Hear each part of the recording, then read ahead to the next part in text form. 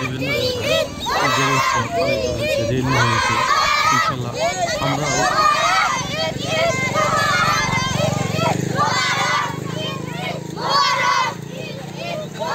আমরাও সবাই উদ্যোগ নেই, সামনের বছর এর থেকে বড় করে আমরা ঈদ উৎসব পালন করব। সবাইকে ঈদ মোবারক। রেলি করতে পারি। ঈদ মোবারক সবাইকে। আচ্ছা, সবাইকে ঈদের শুভেচ্ছা। সারা বাংলাদেশের বিভিন্ন জায়গায় এভাবে ঈদের রেলি হইতেছে। আমরা যেন সবাই প্রতি বছর এভাবে রেলি করতে পারি। ঈদের উৎসব পালন করতাম, এবছরেও